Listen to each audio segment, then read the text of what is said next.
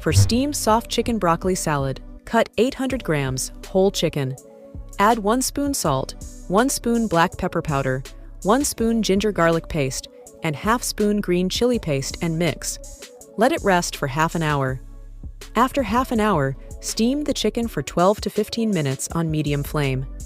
Place it in a bowl and apply olive oil over it. Cover it and let it cool. Meanwhile, steam broccoli and capsicum for 3 minutes.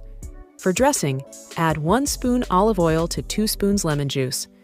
Mix salt, black pepper, and chopped parsley with it. Mix steamed vegetables, steamed chicken, and ready dressing. And enjoy soft chicken broccoli salad.